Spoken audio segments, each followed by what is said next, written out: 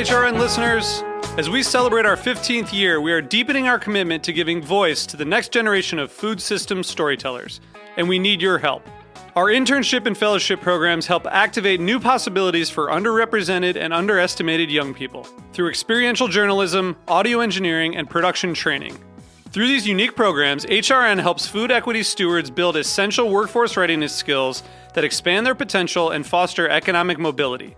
Please consider supporting these critical programs.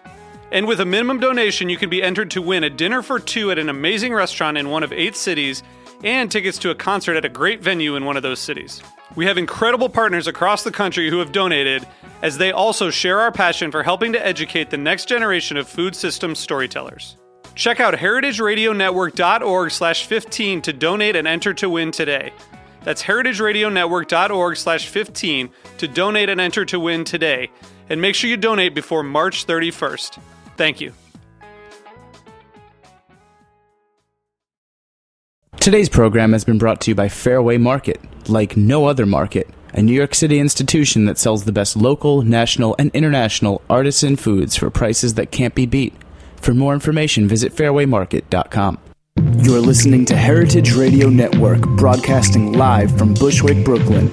If you like this program, visit heritageradionetwork.org for thousands more.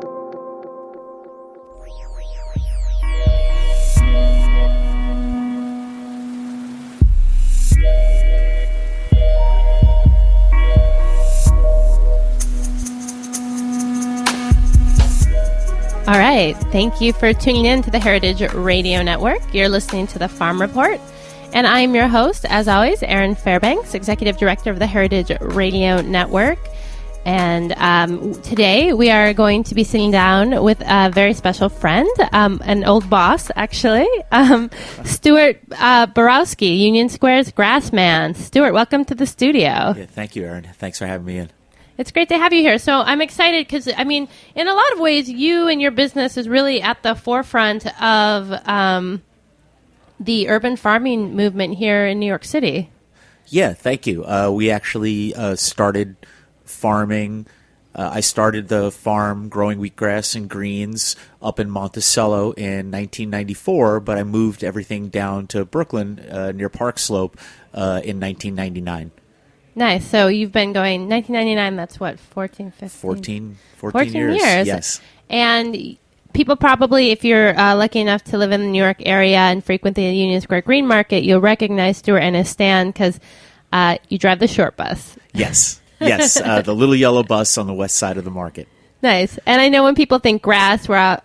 I mean, I always think weed, but that's not the grass we're talking about today. So why don't you break it down for us? What are the grasses and the sprouts that you produce? Sure. Basically, I'm growing wheatgrass and other sprouts, but they're really grown as microgreens, and the distinction is that they're brought on past the sprouting stage for about 7 to 10 days, so that they're actually greens. But because they're so young, they still retain a lot of the nutrition that's found in the seeds or in the sprouting seeds. So those include the carbohydrates and the enzymes and a lot of the other nutrients that we need for actual energy. So people usually associate greens with cleansing, and the greens that we grow definitely do that. But they're also real food. So the wheatgrass is something I think people are probably most familiar with seeing in health food stores. How do people usually consume it? Well, generally, it's ground into a juice, and that's because the wheatgrass has a lot of fiber. On the other hand, it could be chewed. I really compare it to sugarcane, which is to say that you could chew it by itself, or you could put it through a special machine. You wouldn't really mix it necessarily with other vegetables. And wheatgrass is one of those items. It has a, not shelf kind of stable, so to speak. It's not like a apple or an orange where we can pick it and put it aside on the house. It's a living product pretty much up to the time that you consume it. Yeah, that's correct. Basically, the nature of the plant dictates the rhythm of our business, and because you want to consume the wheatgrass when it's young, it's got a very brief shelf life as a living plant because it's not going to die necessarily, but it's certainly not going to be as fresh or as tender. Also, once you process it and make it into a juice, the components of wheatgrass juice that are healthy for us include enzymes which actually help the wheatgrass to be digested in your body. And because this is kind of like a self-digesting food, it works even better in your body, but doesn't really sit, even in the fridge, won't keep.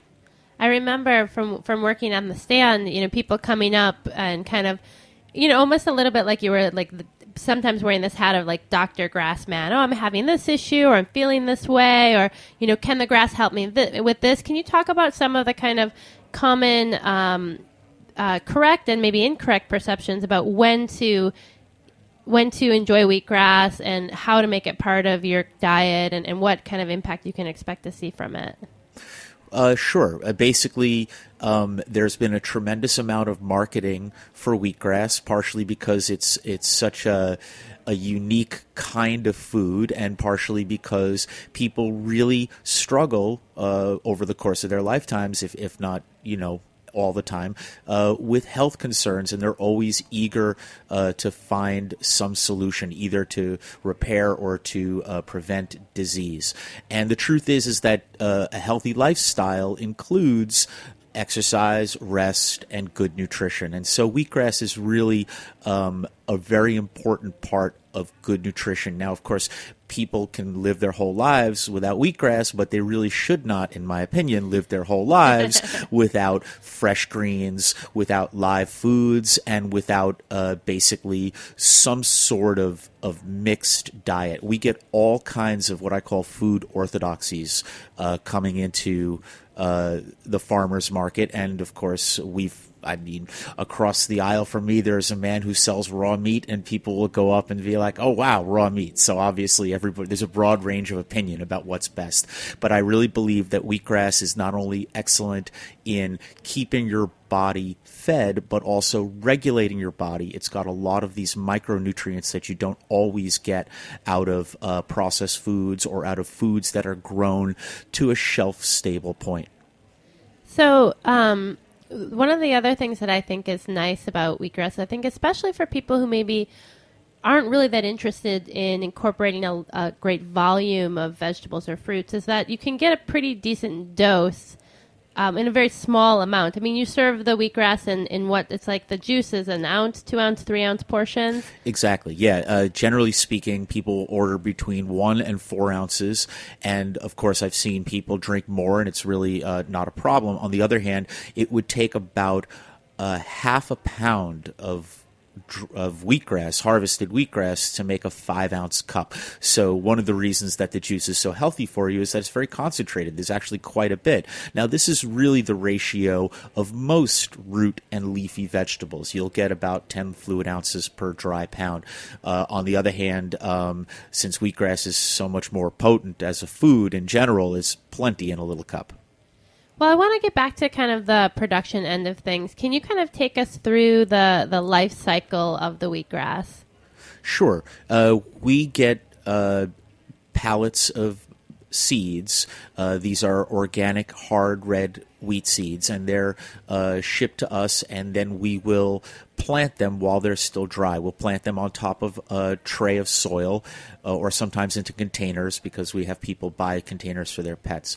And then these containers or flats are placed into a temperature-controlled room that's also got a misting system. So basically on a timer, every 3 hours, the room is misted, and this allows the plants to germinate, to sprout, and then to grow. And because the room is artificially lit, they grow straight up. So it's a clean and regulated approach to growing something that would naturally be found in the springtime only.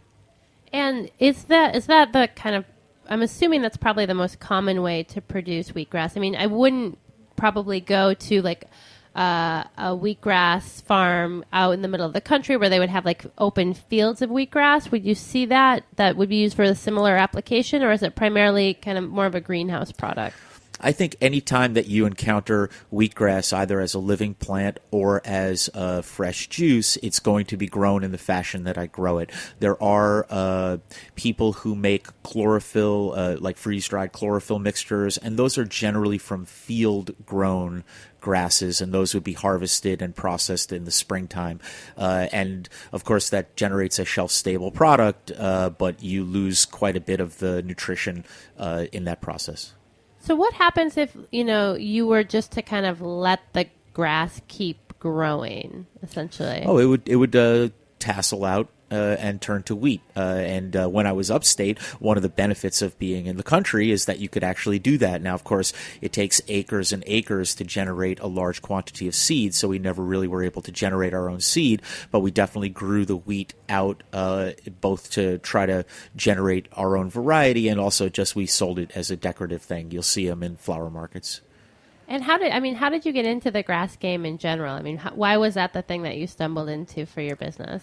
Well, I got started as a farmer when I went to California. I started working on a peach farm, and that was a real eye-opener for me. Up until then, I'm a city boy. I grew up in Flushing, and we had like little tomatoes in the garden, but I never really understood how rewarding it can be to produce your own food. And, of course, in my opinion, there's no better place to experience that than California. Everything grows like magic. So coming back east, I decided that I wanted to be a farmer, and I ended up going to the Union Square Farmers Market to find employment, and I ended up working on a fish farm, actually, up in Forestburg, New York, and from there ended up transitioning to working for a wheatgrass producer, and then I kind of put that all together.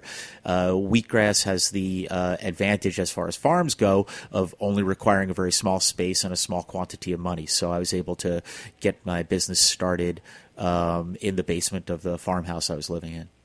Wow. And getting into the green market, I mean, you've been there for almost 15 years now. What was the landscape like 15 years ago? I mean, I know when you go to Union Square Market now, it's like this kind of thriving behemoth that seems to be like kind of ever growing and full all the time. I mean, was it like that 15 years ago? Were there other producers who were doing anything similar to yours? How was that kind of entry process? Well, basically, the green market started at Union Square in 1977, and my first year there was in the spring of '95. And by the time I arrived at the green market, I was very much the new kid, and there were quite a few old timers and even some original farmers. The market itself is similar.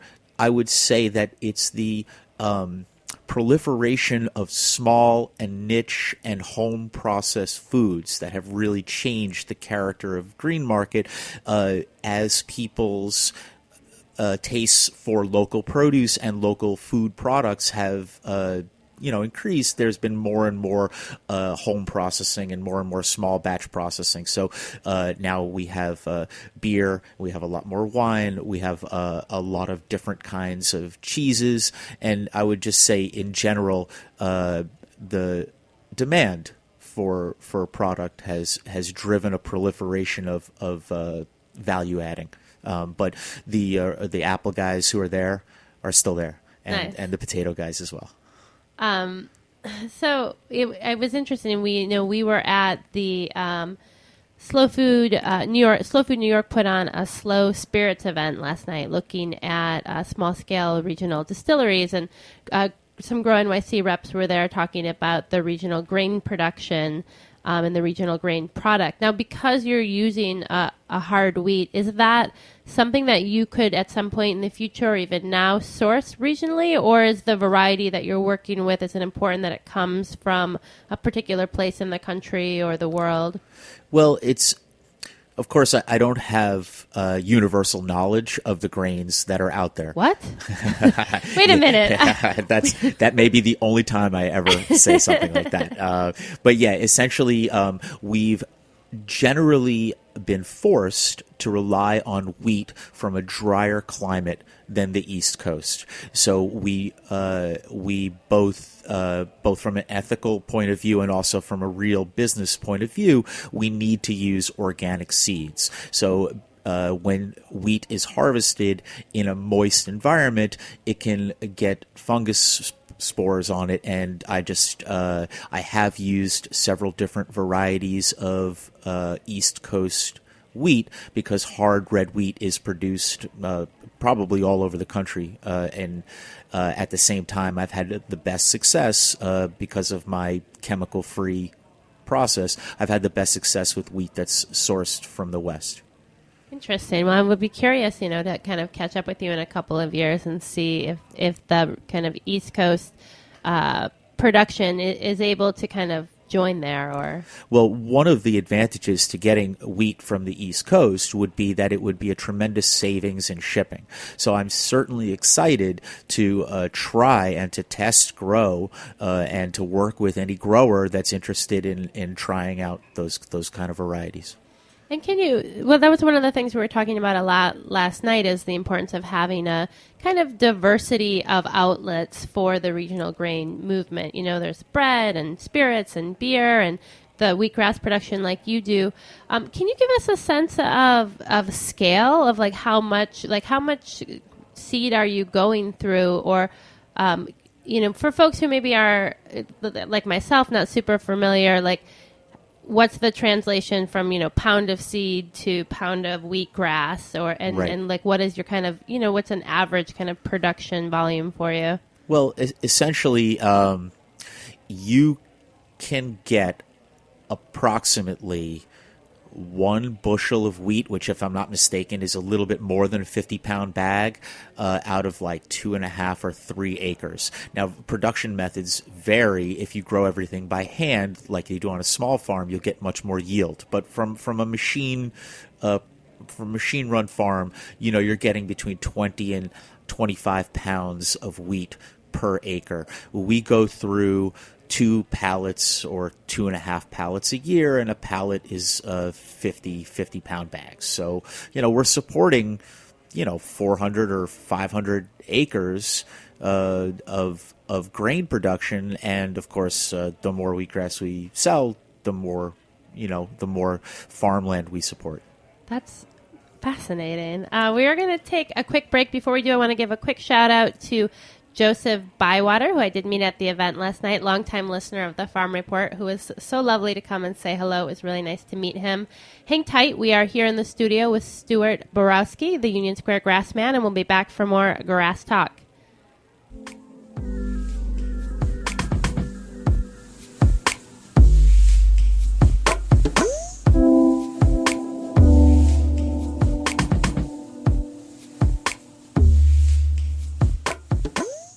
Hi, I'm Steve Jenkins from Fairway Markets. There's no more telling aspect, no more revealing virtue of a group of people having evolved in a lovely way than how they feed themselves, how they entertain, how they put food on the table, what they put on the table. Heritage Radio Network provides the clearest evidence that there's hope for us yet. Heritage Radio's like Fairway Market in that we both care deeply about what you're having for dinner tonight. Heritage Radio Network is not just about food, though. Every time I tune in, I learn something about things other than food, too. Architecture, design, stuff like that. But from where I stand, I still say if you can't eat it, what's the point? For more information, please visit fairwaymarket.com.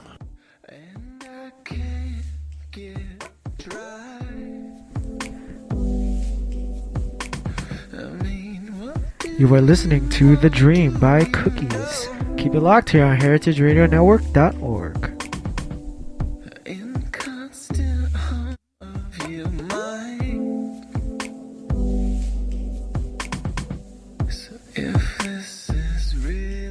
Ooh, we are back after that mellow break song. Thank you for that, Dedrick and Eddie out there doing the engineering for the show today. We are in studio with Union Square's Grass Man, talking grass. If you want to find out more about Stewart and his business, definitely make sure to check out the website, www.unionsquaregrassman.com. Folks can find you at the market at Union Square Monday, Wednesday, Friday, Saturday, right? Yeah, that's correct. We're actually just about to take our yearly break, so I'm going to be able to get out of work starting next Thursday. Wednesday will be our last day, and then I'll return August 21st. Awesome. So I was wondering about that because it's been such a kind of steamy, rainy summer. I mean, because you're producing in a temperature-controlled environment, do you still have kind of the impacts of the weather, or are you able to kind of escape most of that? Well, both. We are able to escape most of that. Everything inside is not only indoors, but also air-conditioned, and the rooms are plastic and concrete, so it's able to keep them clean. On the other hand, the air quality itself is still impacted by the regional weather, and, of course, everything that goes to market, we don't have a refrigerated truck. So to a certain extent, the wheatgrass grows better in the winter and the spring than it will in the summer. And that's why we schedule our break for July through August, because I find it's when a lot of our regular customers are away, and also it gives me the opportunity to dry out everything, clean it up, and prepare for Labor Day. Well, it sounds like maybe you're doing quite a bit of work during your vacation. Yeah, it's a farmer vacation, yes. So, we've talked a lot about the grass, but you guys also have a lovely kind of, and I think kind of rotating selection of salad greens and other sprouts. Can you talk to us a little bit about the other stuff that you're growing? Yeah, basically we are growing pea shoots, sunflower greens, buckwheat greens, radish sprouts, and we've been experimenting with some other fast-growing greens. These all share the same characteristics of wheatgrass in that they all grow very rapidly. They all have a lot of the nutrition that you would get out of the seed and out of the sprout, but they're definitely they're more tender, and so they're a much more flexible kind of food item. You could put them onto sandwiches. You can use them in a saute. You could definitely make great salads out of them. We're very proud to supply a lot of the restaurants that come to the Union Square Farmers Market to source for their menus. We supply ABC Kitchen and Jiva Mukti and actually quite a few.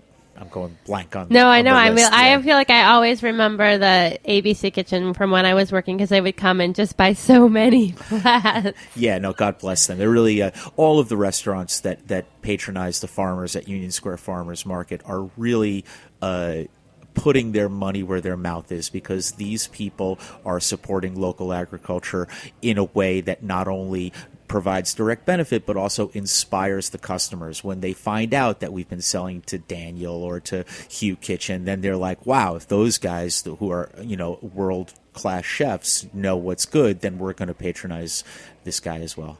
Nice. So I'm curious, one of the challenges in particular for produce purveyors at the market is, you want to show up with enough to make your tables look, full and bountiful, and you kind of want to leave the market with your table more or less as empty as possible. Now, because your products are essentially alive until you serve them, you have, I think, a little bit more flexibility than maybe someone who's cutting, lettuces or carrot. Well, maybe not carrots, but some of the more perishable items. What happens if you kind of grow too much, or it's a really slow week at the market, or it's rainy? What's kind of the end game for a product that you're just kind of not able to move through for whatever reason? We have a number of farmers at the market that we've kind of partnered with to dispose of all the greens that are either unsaleable or just extra. Very often we're left with greens that are still really fresh at the end of the day, but they're not going to be as fresh the next market, and we already have new greens that we've planted 10 days before. So Lynn Haven, goat cheese, she takes the grass for her ducks and chickens, and we supply fantastic gardens with many of the cut down flats. He uses them for compost, and there's a number of other farmers who take it as well. One of the other areas that was new to me when I was working the stand was the grass for pets. I feel like I always have this conversation with like my dog or cat owning friends. I'm like, grass, is it good for dogs and cats? Is it bad for dogs and cats? But then, there you are at the stand, and it's like a real treat for animals. So can you talk about what type of animals eat the grass, and like basically how do we serve our like canine or feline friends? I guess forks on the left. Yes. Oh, that sounds right. Yeah. So something like that. Most people with pets have indoor pets, and because the pets are indoors, they're given a proper diet of processed food, but they usually don't have access to greens. Greens are extremely important for herbivores, of course, because they're the main food source for most, rodents and birds and a whole kind of basically anything that eats plants is going to want greens. But carnivores, cats and dogs specifically, also need greens. They need them as a digestive aid. They need them for minerals, and they basically enjoy eating them as well. I think it really gives a cat and a dog the sense that they're outside on some level. I know that a small quantity of pet grass is sufficient for a cat, but many of our customers will buy huge quantities just so the cats can kind of like lay in it or play with it. So essentially it's an enjoyable treat for the pets that also help them to get rid of hairballs and get rid of the other things in their diet that they can't digest. And so you're seeing, we were talking a little bit in the break that this kind of the pet food and the pet feeding aspect of your business is growing a little bit in this last year or over the summer. Catch us up a bit. Well, essentially what's occurred over my time at Union Square has been a slow but steady exodus of local residential customers. We still have a great loyal customer base, but many of them have moved out of the Union Square neighborhood just because of the way real estate works. And over 20 years, it's not surprising that the neighborhood would change. We're lucky that it's been more and more upscale. And quite a few of our customers moved to the area that we produce in, to the Park Slope area. And so last year I decided to try to reach out to those customers and to their neighbors who have pets. Very, very often they're not able to come into the city. If they don't work in town, they're not going to be able to come to Union Square. And I feel that we have a unique product in that the catgrass and the wheatgrass that we grow is basically of a much higher quality and much fresher than the stuff that you can find in the large chain pet stores. So we've started a website. It's called High Rise Pet Supplies, and you can order online and we'll bring it to you. I have a really cool Worksman tricycle, which I pedal around delivering the grass. I kind of imagine you with like a bell, like, come get your grass, bring out your pets. Here we are. Well, one of the challenges I know for farmers kind of in general, urban or rural, is, land access and kind of stability with regards to the property that they're farming on, and making sure that if they're investing in improvements in the space, that they're going to be able to reap the long-term benefits of that investment. And I'm wondering, for your business, are you leasing? Do you own your space? Does that kind of factor into your business at all? Have you always been in the same space in the city? Yes, yeah. We moved down to Brooklyn, as I said, in '99, and I was very fortunate to meet my landlord, and he's just a really easy person to work with, which is a blessing, because that's the thing with real estate, is that things change and you need a lot of money or you got to change with them. On the other hand, one of the things that I would be excited to do would be to get some outdoor space of my own, both so that I could produce other things that people want, and finally so that I could process the compost on my own, because even though I'm happy to supply these other farmers with it, the truth is that we would have a great use for it as well. But yeah, basically land issues are difficult, and also really it's always a huge portion of a farmer's business plan. Yeah, no, I would say, I'm curious. I'm totally losing my train of thought here. Let me skip ahead. So as as someone who's been a long term and a long time standard at the green market, I want to just move off topic just a touch and pick your brain a little bit about the best kind of like on the sly, under the radar lunches, snacks from other vendors or other people in the Union Square area. Because I know that I'm sure over the years you've had to scramble many a times for a bite in between, cues at the stand. And if there was anywhere in particular you wanted to direct people to, or things that might, I don't want to blow up your top secret spots, but maybe if there's like...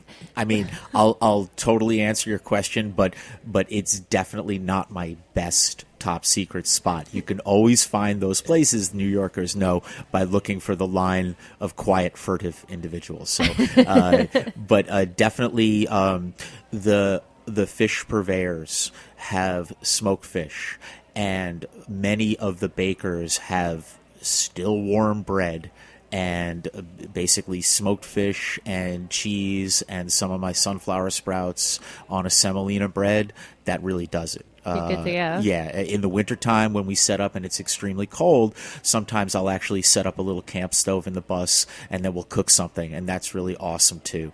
But yeah, basically there's got to be 12 falafel places around, and it was really Rainbow Falafel will always be my favorite because they were totally there, I don't know, since the dawn of time.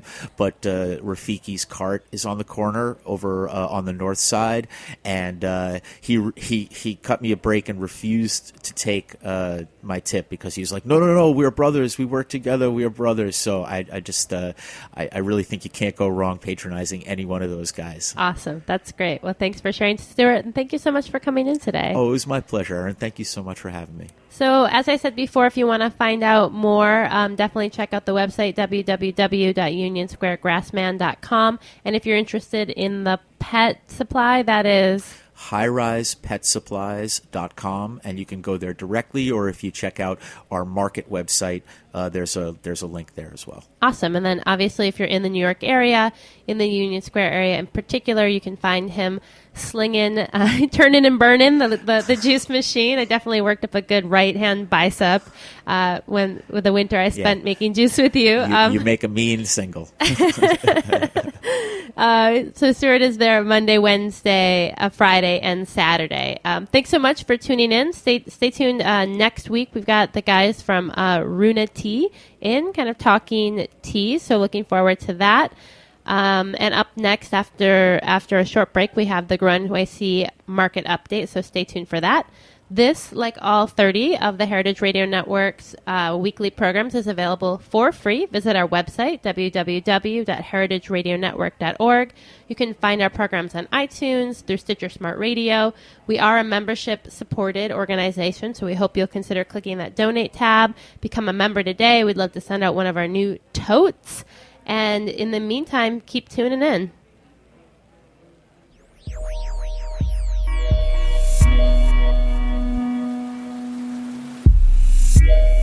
Thanks for listening to this program on heritageradionetwork.org.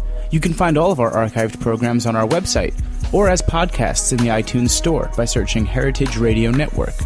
You can like us on Facebook and follow us on Twitter at @heritage_radio. You can email us questions at any time at info@heritageradionetwork.org. Heritage Radio Network is a non-profit organization. To donate and become a member, visit our website today. Thanks for listening.